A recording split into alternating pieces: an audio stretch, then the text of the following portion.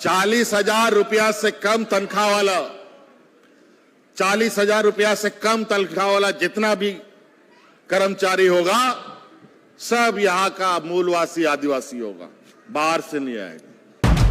हमने कानून बनाया है कि आसपास में जो भी उद्योग लगेगा उसमें कॉन्ट्रैक्ट पर, प्राइवेट पर विशेष रूप से जो चलेगा उसमें 75% लोकल लोग ही को नौकरी में रहना है।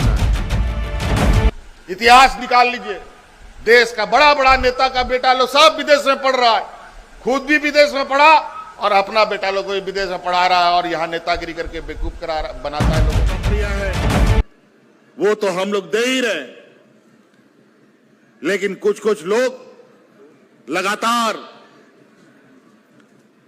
उलूल जुलूल सरकार को बदनाम करने में लगे। भ्रष्टाचार, अत्याचार, तानाशाह, दुनिया भर का अलग अलग नाम देता है। हम बोले अगर गरीबों को पेंशन देना भ्रष्टाचार है, विकलांगों को पेंशन देना भ्रष्टाचार है, बच्चियों को ये सावित्रीबाई फुले योजना से जोड़ना अगर भ्रष्टाचार है, 32 का खतियान का आधारित नियोजन नीति बनाना अगर अहंकारी है, यहां के बुजुर्गों को, गरीबों को साल में 2 बार 10 रुपया में धोती साड़ी देने का अगर काम भ्रष्टाचार है तो ऐसा भ्रष्टाचार हम बार बार करेंगे। हम अपने विपक्षों को बता देना चाहते हैं। आज इसीलिए यहां बहुत सारी चीजें हैं। हाँ, ये बात जरूर है कि विगत 20 वर्षों में जिस पौधे को लगाना था वो पौधा लगा नहीं। आज नतीजा ये है कि आज मौसम का भी प्रकोप पूरे देश दुनिया और गरीबों पर पड़ता है और गरीब का मार तो पहले से ही है। आज इसीलिए हमारा गांव मजबूत होगा तभी हम समझेंगे कि हमारा राज मजबूत होगा, हमारा नौजवान शिक्षित होगा तभी हम समझेंगे राज्य में एक नया ताकत जुड़ेगा। अभी 20-25 दिन पहले कोल्हान प्रमंडल में हम लगभग 10,500 नौजवानों को नौकरी दिया। ऐसे ऐसे दुनिया भर का पंडाल लगा था, बच्चा सब हट नहीं रहा था, इतना बच्चा लोग को हम नौकरी दिया। लेकिन उस सरकारी नहीं, प्राइवेट नौकरी दी और वो भी टाटा जैसा कंपनी में नौकरी लोगों को लगा, कमिंग्स जैसा एक कंपनी में लोगों को नौकरी लगा, LIC जैसे कंपनियों में लोगों को नौकरी लगा, L&T जैसे बड़े बड़े कंपनियों में लोगों को नौकरी लगा, नौजवानों को। हमने कानून बनाया है कि आसपास में जो भी उद्योग लगेगा उसमें कॉन्ट्रैक्ट पर, प्राइवेट पर विशेष रूप से जो चलेगा उसमें 75% लोकल लोग ही को नौकरी में रहना है। और बहुत जल्द संथाल परगना में जितना भी कंपनी काम कर रहा है उन कंपनियों पर हम लोग विशेष अभियान चला करके 75% स्थानीय लोगों का रोजगार सुनिश्चित करने के लिए भी एक हम लोग कार्यक्रम यहां आयोजित करेंगे। यहां बहुत सारा काम कर रहा है कंपनी। यहां कोई बंगाल इलेक्ट्रिसिटी बोर्ड का खदान चलता है तो पंजाब इलेक्ट्रिसिटी बोर्ड का खदान चलता है, तो ECL का चलता है, और सब ये लोग अब कॉन्ट्रैक्ट पर लोगों को ला रहा है।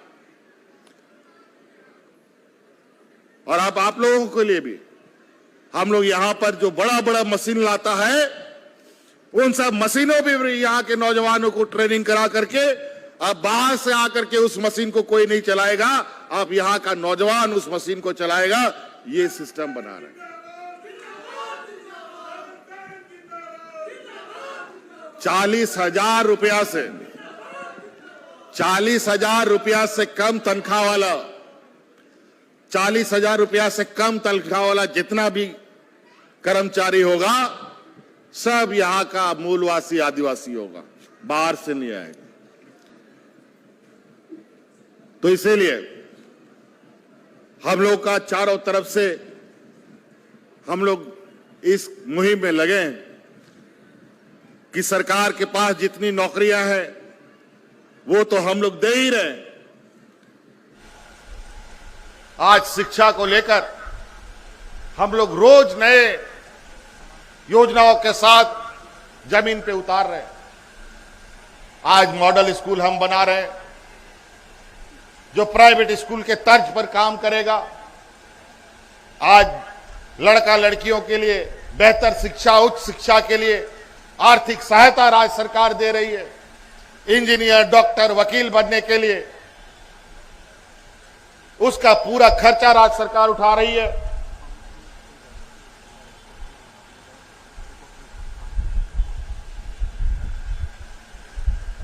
और आप सब लोगों को इंजीनियर, डॉक्टर के साथ उससे भी ऊंचा पढ़ाई करना है। विदेश में अगर आपका पढ़ाई पढ़ना है तो उसका भी खर्चा हम दे रहे हैं। आदिवासी, दलित, पिछड़ा, अल्पसंख्यक बच्चा, आज देश में पहली बार कोई ऐसा सरकार है जहां आदिवासी, दलित, पिछड़ा, अल्पसंख्यक बच्चा को विदेश में पढ़ाने के लिए पूरा खर्चा देता है।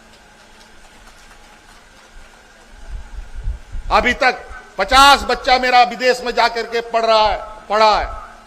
अभी इस साल 23-25 बच्चा को भेजे, जिसमें 4 अल्पसंख्यक बच्चा है। पिछला बार 4 अल्पसंख्यक बच्चा को भेजा था।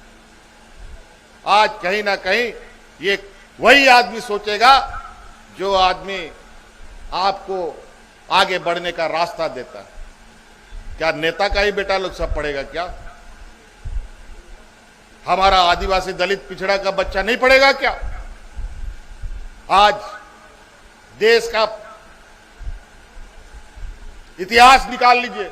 देश का बड़ा बड़ा नेता का बेटा लोग सब विदेश में पढ़ रहा है।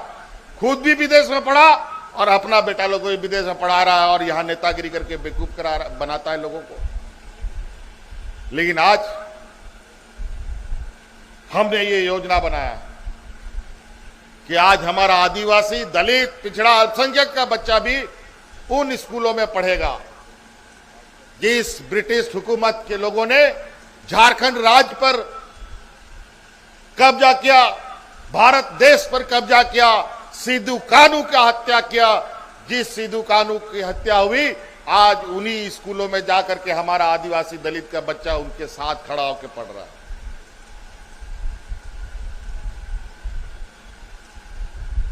आज इसीलिए आप सब लोग इन योजनाओं का लाभ लें।